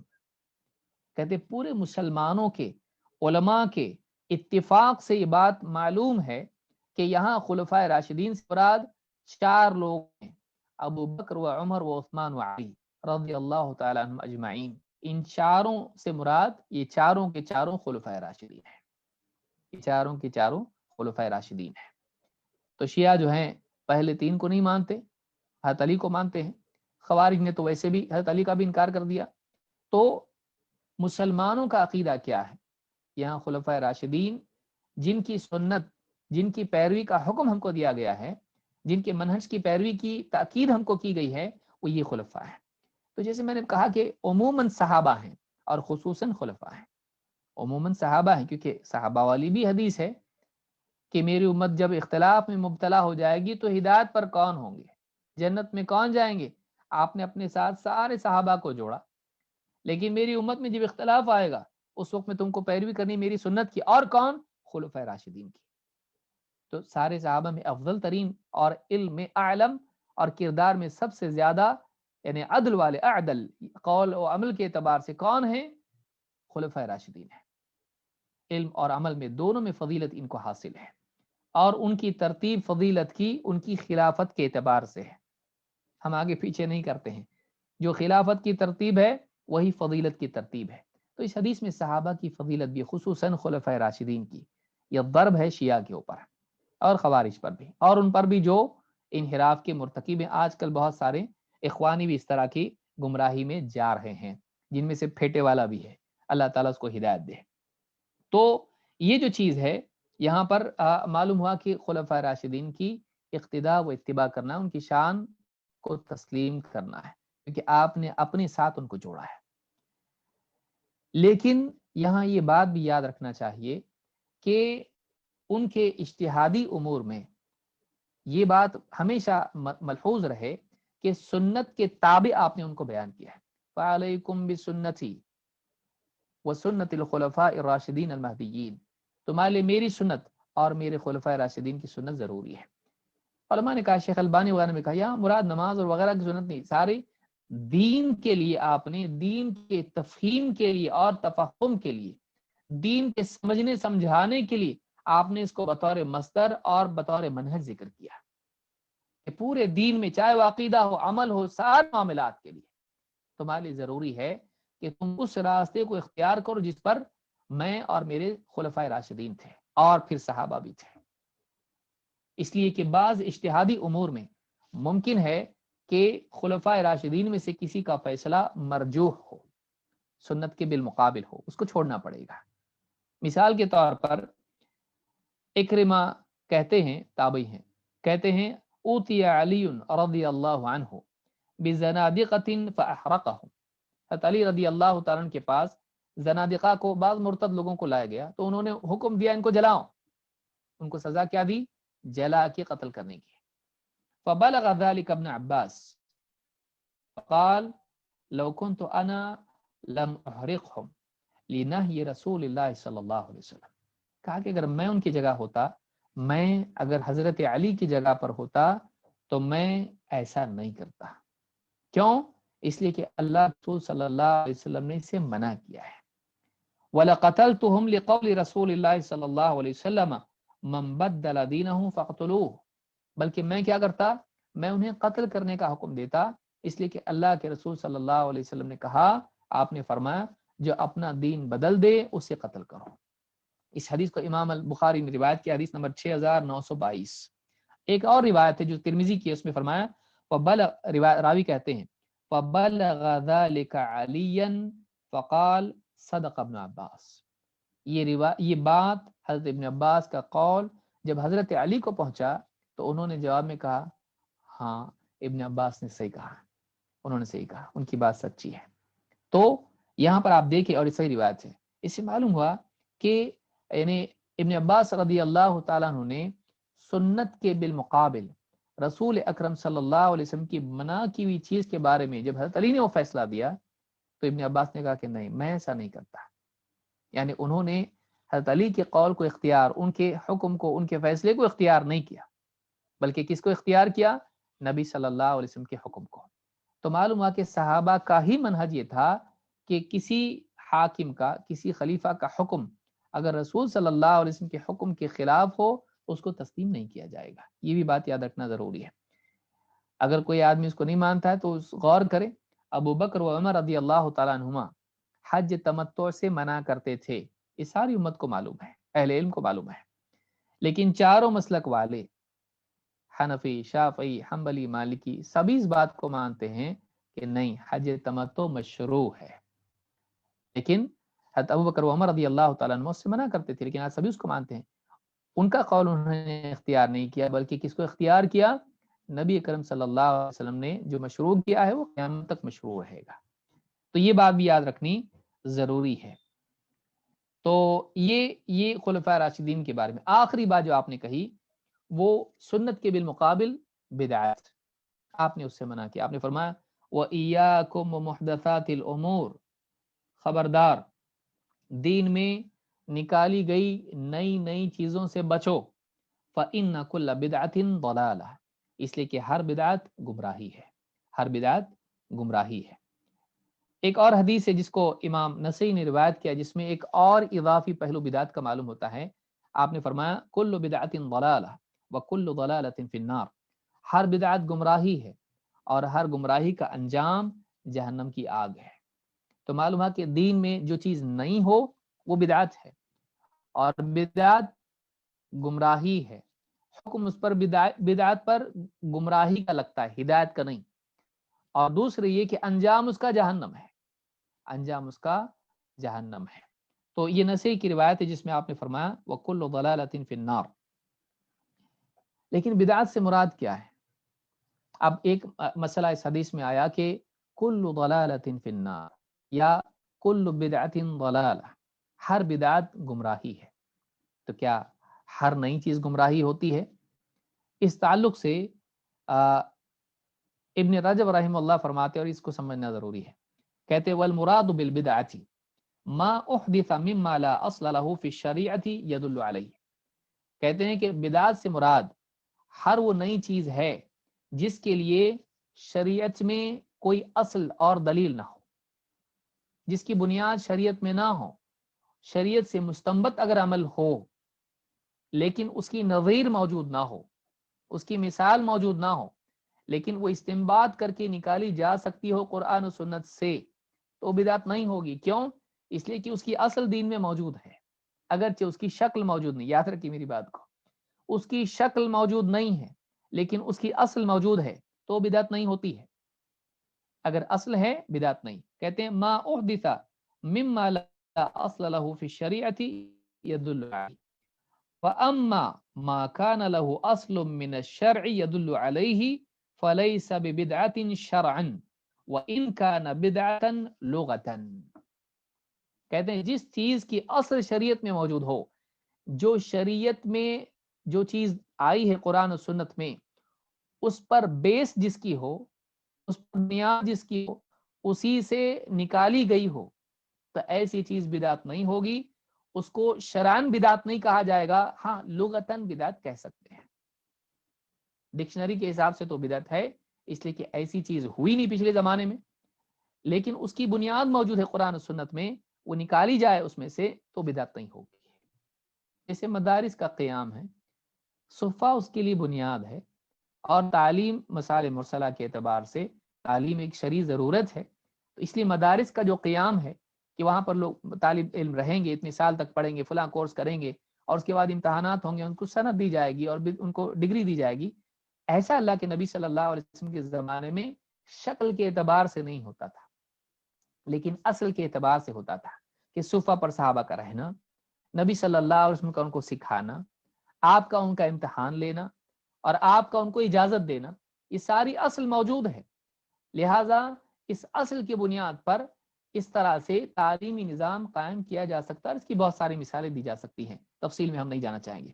تو جامع العلوم والحکم میں ابن رجب نے بات کہی کہ جس کی اصل شریعت میں موجود ہو بدعت نہیں ہوتی ہے، چاہے اس کی شکل ہو یا نہ ہو، اور اس کو لغوی اعتبار سے بدعت کہا جا سکتا ہے، شرعی اعتبار سے نہیں، کیونکہ اللہ کے نبی صلی اللہ علیہ وسلم نے کیا فرمایا؟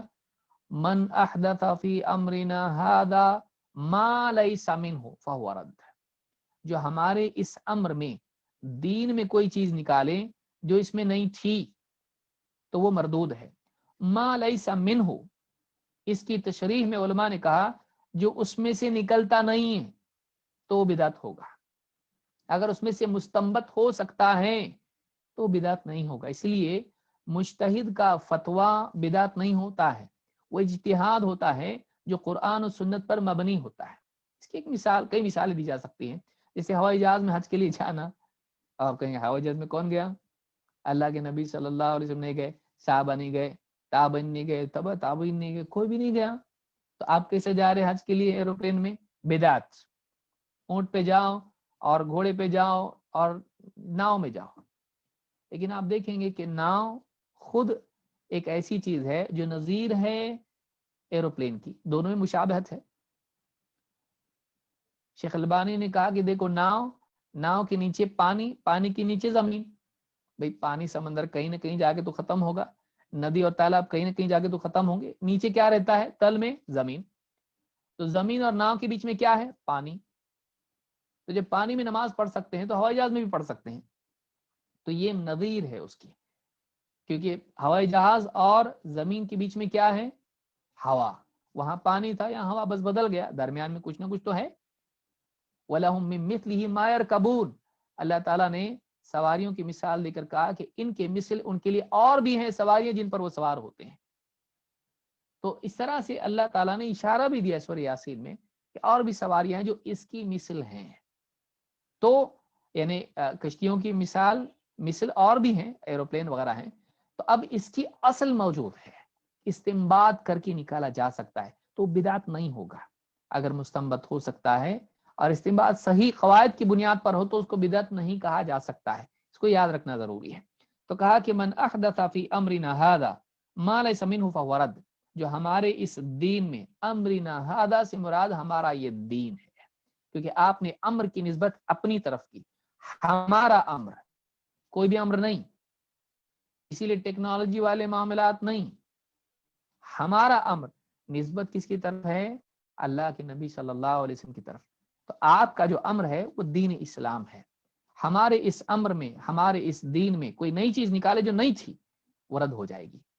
فہو رد، یعنی اللہ تعالیٰ اس کو قبول نہیں کرے گا، قبول نہیں کرے گا۔ اللہ تعالیٰ تو وہ جو کسی نیکی کو رد نہیں کرتا ہے، اللہ تعالیٰ فَمَن يَعْمَلْ مِثْقَالَ ذَرَّةٍ خَيْرًا يَرَهُ، کہ جو ذرہ برابر بھی خیر قیامت کے دن لے کر آئے گا وہ دیکھے گا اس کو، وہ پائے گا آخرت میں اس کو۔ وَوَجَدُوا مَا عَمِلُوا حَاضِرًا، نیکی گناہ سب آئیں گے، تو کوئی نیکی ایسی نہیں ہوگی جو رہ جائے، تو فَهُوَ رَدٌ، وہ رد ہو جائے گی، یعنی نیکی ہے ہی نہیں تو رد ہو گئی، وہ شمار ہی نہیں ہوگی، کاؤنٹنگ میں نہیں آئے گی وہ، تو معلوم ہوا کہ اس کا وزن نہیں کیا جائے گا، وہ رد ہے، مردود ہے۔ تو وہ سارا عمل جو بدعت کے بنیاد پر ہو وہ رد ہو جائے گا، کیوں؟ اس لیے کہ وہ ایکسیپٹیبل نہیں ہے، وہ دین نہیں ہے، جو دین نہیں وہ رد ہو جائے گا۔ بعض لوگوں نے امام شافعی رحمۃ اللہ علیہ کے اور بعض علماء کے اقوال کو ذکر کیا ہے کہ بدعت کی 5 قسمیں ہیں، اس میں سے واجب ہیں، مستحب ہیں، اور اس میں مکروہ ہے، اور اس میں یعنی حرام ہے، اور بعض چیزیں مباح بھی ہیں۔ تو اس سے بعض لوگ یعنی کھینچ تان کے بدعت کی 2 قسمیں نکالنے کی کوشش کرتے ہیں، کیا؟ بدعت حسنہ اور بدعت سیئہ۔ لیکن یاد رکھیں امام شافعی اس کے قائل نہیں کہ دین میں بدعت نکالی جا سکتی ہے. انہوں نے جو بدعت کا لفظ استعمال کیا ہے وہ لغوی اعتبار سے نہ کہ شرعی اعتبار سے. آئیے دیکھتے ہیں وہ کیا کہہ رہے ہیں. امام شافعی رحمۃ اللہ علیہ فرماتے ہیں البدعۃ بدعتان، بدعت دو بدعتیں ہیں. بدعت کی دو قسمیں ہیں، بدعت محمودہ و بدعت مذمومہ. ایک بدعت وہ ہے جو محمودہ ہے، پسندیدہ ہے، تعریف کے لائق، اور دوسری بدعت وہ ہے جو مذموم ہے، جس کی مذمت اسلام میں آئی ہے، دین میں آئی ہے.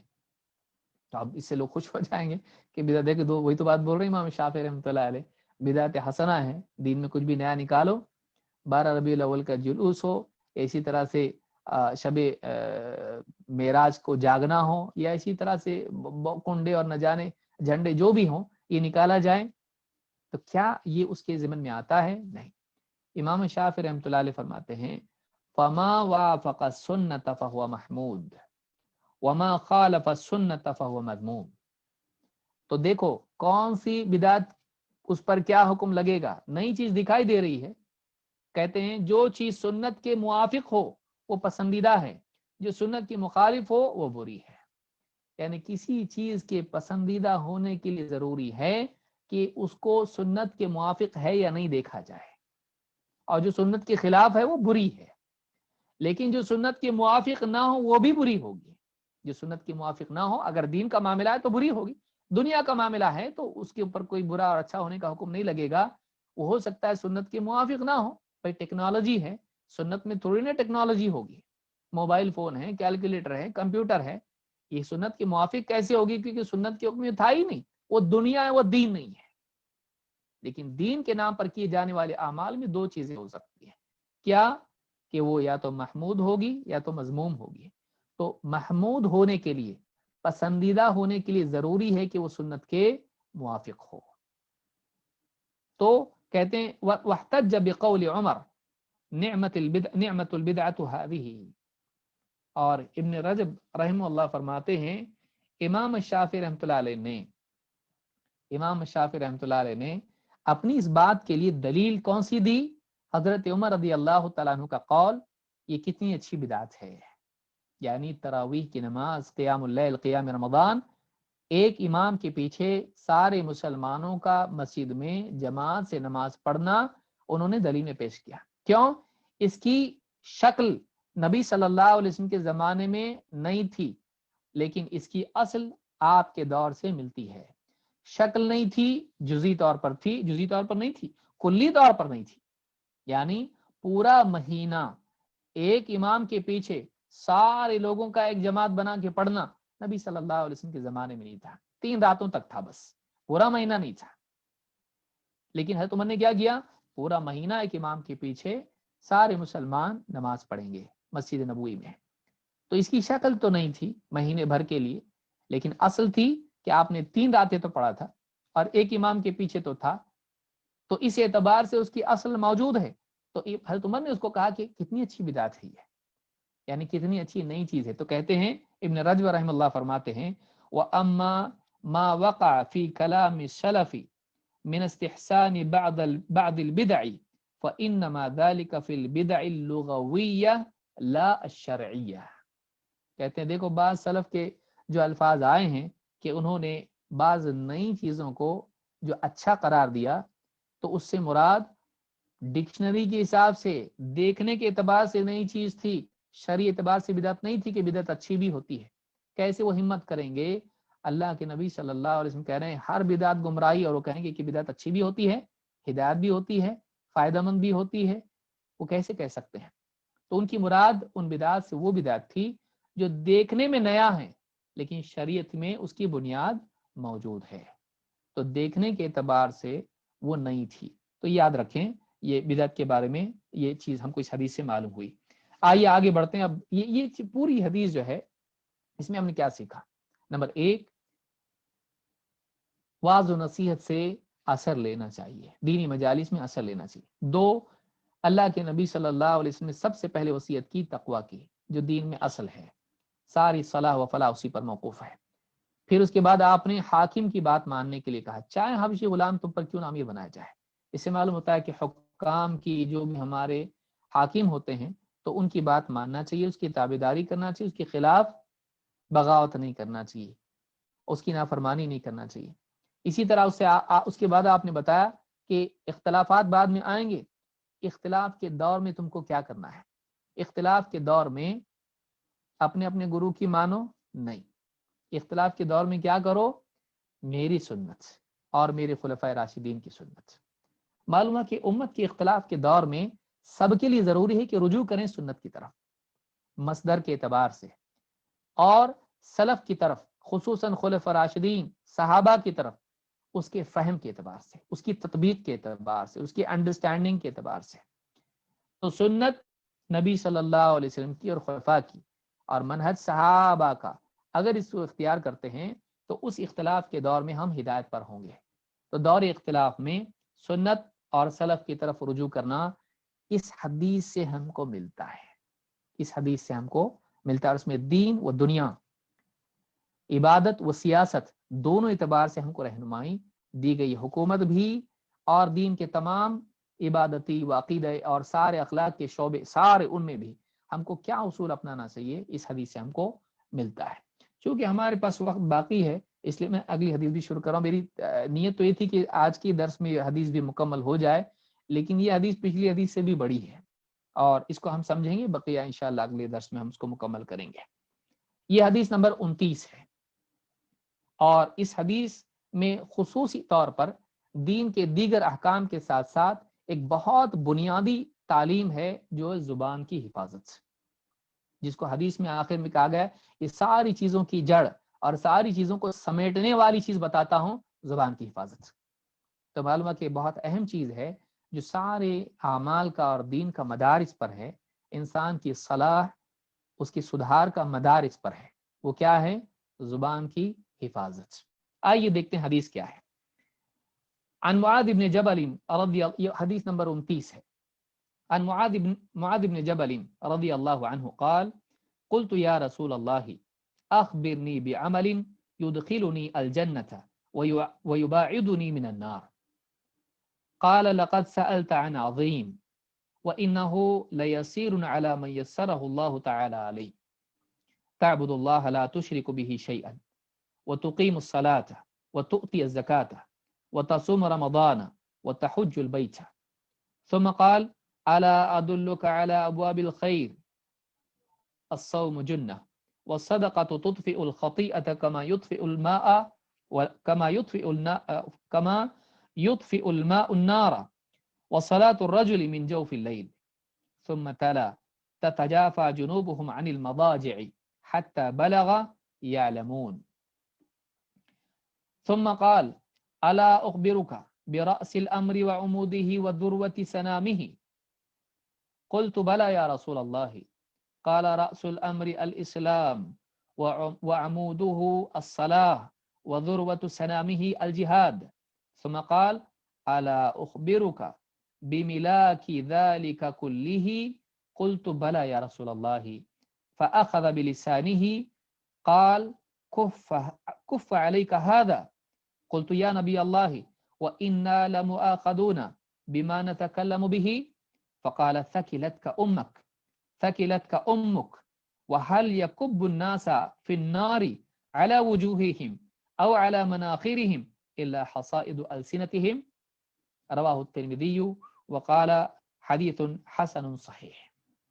بڑی حدیث ہے، آئیے دیکھ، بہت عظیم حدیث ہے واقعی، اس میں بہت ساری باتیں ہیں، آئیے دیکھتے ہیں اس میں کیا کیا بیان ہوا ہے۔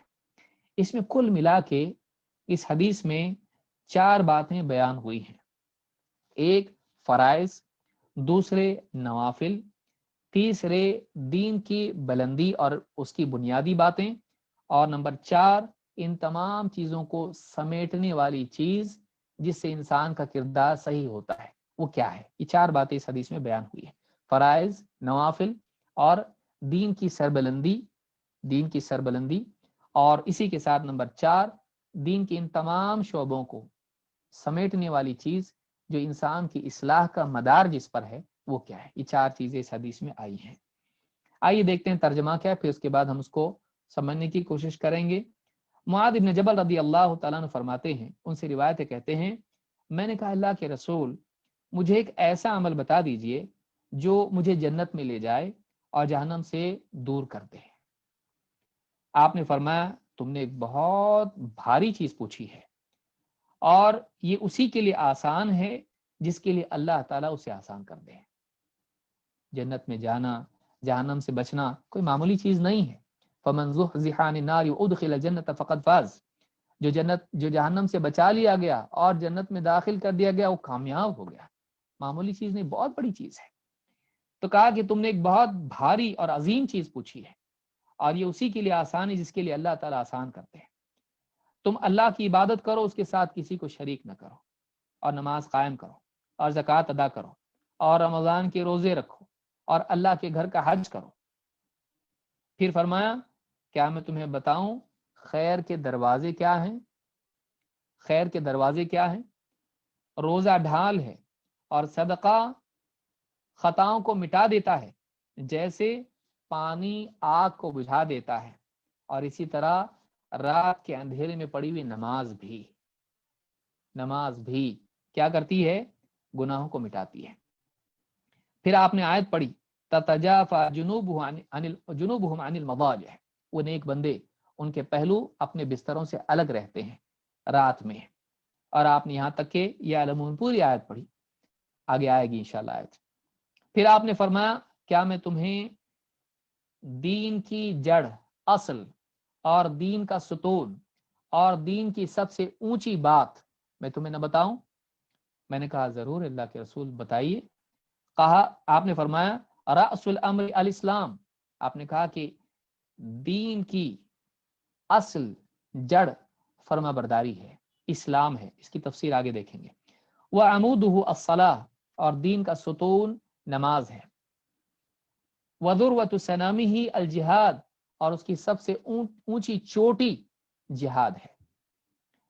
ثم قال، اس کے بعد آپ نے فرمایا الا اخبرک بملاک ذلک کلہ، کیا تمہیں میں وہ چیز نہ بتاؤں جو ان تمام چیزوں کو سمیٹنے والی ہے، یا وہ چیز جس پر ان تمام چیزوں کا مدار ہے؟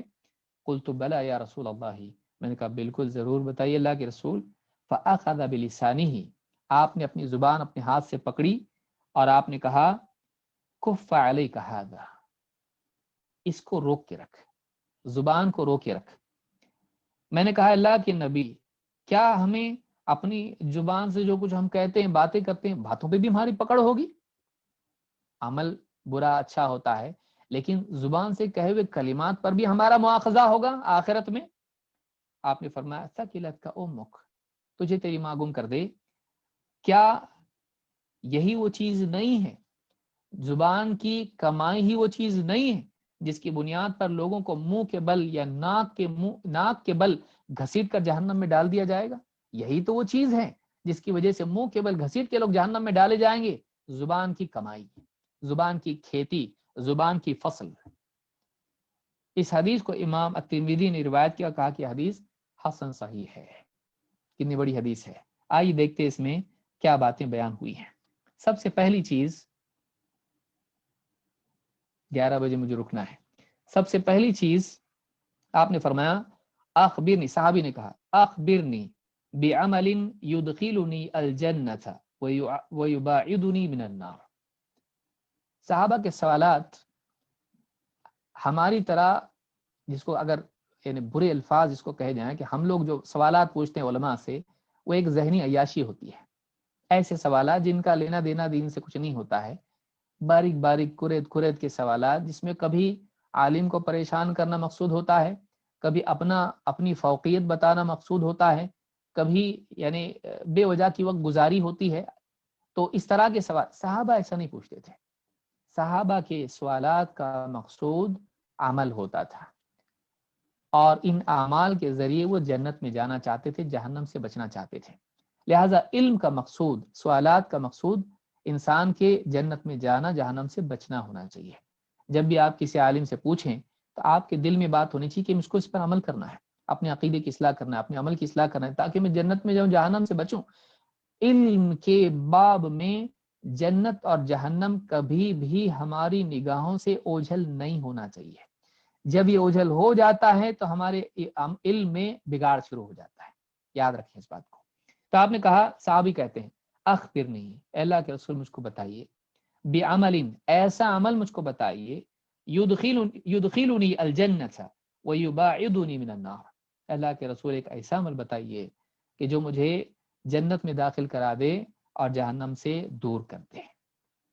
ابن رجب رحمہ اللہ فرماتے ہیں وَهَذَا يَدُلُّ عَلَى شِدَّةِ اهتمام معاذ رضی اللہ عنہ بالأعمال الصالحہ، کہتے ہیں کہ دیکھو اس حدیث سے، ان کے سوال سے ہی معلوم ہو رہا ہے کہ ان کی زندگی میں نیک اعمال کا اہتمام کتنا شدید تھا۔ وہ چاہتے تھے کہ ان کی زندگی اعمال سے معمور ہو۔ عمل بتائیے مجھ کو، عمل بتائیے کہ میں جنت میں جاؤں، جہنم سے بچوں۔ عمل کا شوق ان کی زندگی میں کتنا تھا، ہماری بھی زندگی میں ایسا ہونا چاہیے۔ اور کہتے ہیں وَفِيهِ دَلِيلٌ عَلَىٰ أَنَّ الْأَعْمَالَ سَبَبٌ لِدُخُولِ الْجَنَّةِ، کہتے ہیں اس میں اس بات کی بھی دلیل ہے کہ جنت میں جانے کے لیے اعمال ذریعہ ہیں۔ یوں ہی ٹہلتے ٹہلتے جنت میں چلا جائے گا؟ نہیں، جنت عام باغوں کی طرح نہیں ہے، اس میں وہی جائے گا جس کی زندگی میں اعمال ہوں۔ کیوں؟ کہتے کما قال تعالی وَتِلْكَ الْجَنَّةُ الَّتِي أُورِثْتُمُوهَا بِمَا كُنْتُمْ تَعْمَلُونَ، یہ جنت ہے، یہ جنت ہے جس کا آج تمہیں وارث بنایا جا رہا ہے ان اعمال کی بنیاد پر جو تم کرتے آئے ہیں۔ زندگی میں، دنیا میں جو تم نے نیک اعمال کیے، ان اعمال کی وجہ سے آج تم کو جنت کا وارث بنایا جا رہا ہے۔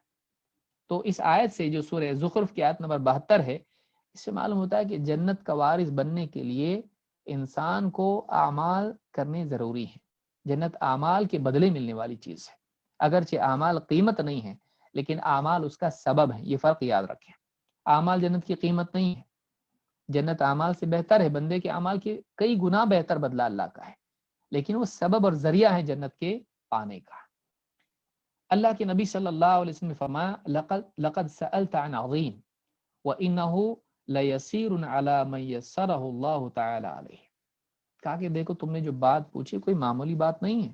جنت میں جانے والا عمل، لے جانے والا عمل، جہنم سے بچانے والا عمل، جنت کو پانا، جہنم سے بچنا معمولی چیز نہیں ہے، اور یہ کوشش اسی کے لیے آسان ہے جس کے لیے اللہ آسان کرتے ہیں۔ اللہ کی مدد کے بغیر بندہ کچھ نہیں کر سکتا۔ اسی لیے آپ دیکھیں نبی صلی اللہ علیہ وسلم نے حضرت معاذ بن جبل کو کیا دعا سکھائی تھی نماز کے بعد، ہر نماز کے بعد، اے معاذ میں تم سے محبت کرتا ہوں اور تم ہر نماز کے بعد کبھی یہ کلمات کہنا مت چھوڑنا۔ وہ کیا کلمات ہیں؟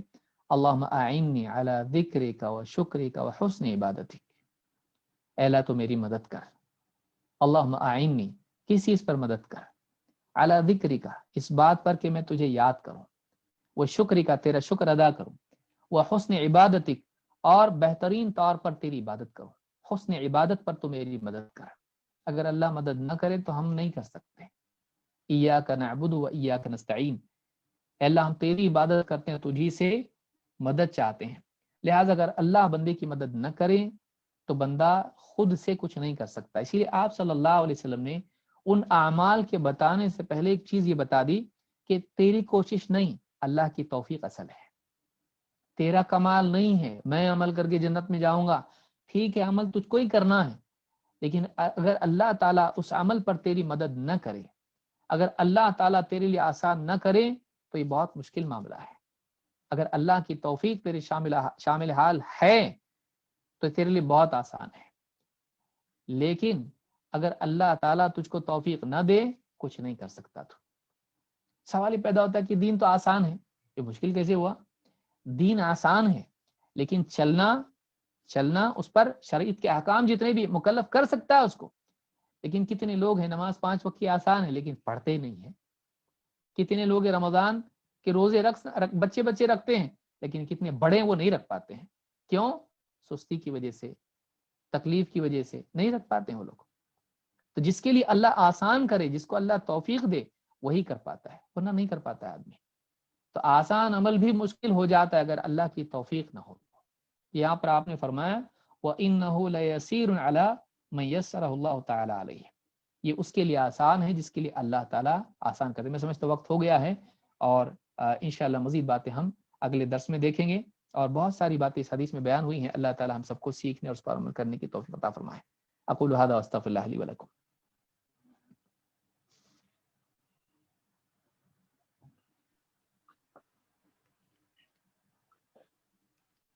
اللہ رب العالمین شیخ محترم کو جزائے خیر عطا فرمائے. بڑی قیمتی باتیں شیخ نے فرمائی ہیں. اللہ تعالی ہم سب کو عمل کرنے کی توفیق دے اور ان کلمات کو شیخ کی نجات کا درجات کی بلندی کا ذریعہ بنائے. شیخ نے دوران گفتگو بات ذکر کی کہ بات ہماری لمبی ہو جاتی ہے. شیخ کو مکمل اختیار ہے کہ جس طریقے سے درس کو جاری رکھنا چاہیں جاری رکھیں، اور اصل مقصد دورے کا استفادہ ہے، لوگوں کو فائدہ پہنچانا ہے. اور جب تفصیل سے لوگوں کو بات بتائی جاتی ہے تبھی بات لوگوں کے ذہن میں زیادہ سمجھ میں آتی ہے. لہذا جس تفصیل کے ساتھ شیخ چل رہے ہیں ہم شیخ کے شکر گزار ہیں کہ بڑی قیمتی اور علمی اور دقیق باتیں شیخ ہمیں بتا رہے ہیں. اللہ رب العالمین کے علم میں مزید اضافہ فرمائے. اور بہتر ہے شیخ کی تفصیل ہی کے ساتھ رکھا جائے کیونکہ اختصار لوگوں کو سمجھ میں نہیں آتا ہے. تو اللہ رب العالمین شیخ کو جزائے خیر عطا فرمائے. اور ہم شیخ کے بہت ہی شکر گزار ہیں، ممنون ہیں کہ ہر ہفتہ شیخ ہمارے لیے وقت نکالتے ہیں اور ہمارے جو مشاہدین ہیں، مستمعین ہیں، ان کو فائدہ پہنچاتے ہیں. ہم تمام مشاہدین سے گزارش کریں گے کہ ٹائمنگ ہماری چینج ہو گئی ہے اور سعودی عرب کے ٹائم کے مطابق 7 بجے اور ہندوستان کے ٹائم کے مطابق 9:30 بجے کر دیا گیا ہے، کیونکہ آج کل یہ سعودی میں عصر اور مغرب کے درمیان بہت معمولی وقت ہوتا تھا اور جب شروع کرتے تھے شیخ کے یہاں نماز کا وقت رہتا تھا، تو اس کی وجہ سے مناسب یہ سمجھا گیا کہ عشاء کے بعد پروگرام رکھا جائے تاکہ بیچ میں نماز نہ آئے، سب لوگ نماز سے فارغ ہو کر کے دل جمعی اور سکون کے ساتھ شیخ کے درس کو سنیں. شیخ نے موافقت دی، ہم شیخ کے شکر گزار ہیں. تو آپ سب سے گزارش ہے کہ زیادہ سے زیادہ پروگراموں کے اندر شرکت کریں کیونکہ یہ بڑی قیمتی باتیں ہیں اور یہ باتیں اتنی آسانی سے ملنے والی نہیں ہیں. اور الحمدللہ شیخ بڑی آسانی سے ہم سب کو بتا دیتے ہیں. اتنی باتوں کو پڑھنے حاصل کرنے کے لیے کئی کتابوں کا مطالعہ کرنا پڑے گا، کئی علماء کی طرف رجوع کرنا پڑے گا. الحمدللہ بڑی آسانی کے ساتھ ہم کو دین کی باتیں مل جا رہی ہیں. ہمیں شیخ کا شکر ادا کرنا چاہیے اور اس ٹیکنالوجی سے فائدہ اٹھانا چاہیے. اپنے وقت کو بیکار ضائع کرنے کے بجائے سب سے بہترین عبادت اللہ تعالیٰ کے دین کا اور سلف صالحین کے عقیدے اور منہج پر حاصل کرنا یہ بہت بڑی عبادت ہے. اللہ تعالیٰ ہم سب کو توفیق دے، جو کچھ ہم سیکھیں سنیں اللہ رب العالمین اس پر عمل کرنے کی توفیق دے. آمین. جزاکم اللہ خیر. والسلام علیکم ورحمۃ اللہ وبرکاتہ. حیاکم اللہ. مجلس کے اختتام کا اعلان کیا جاتا ہے. شکرا.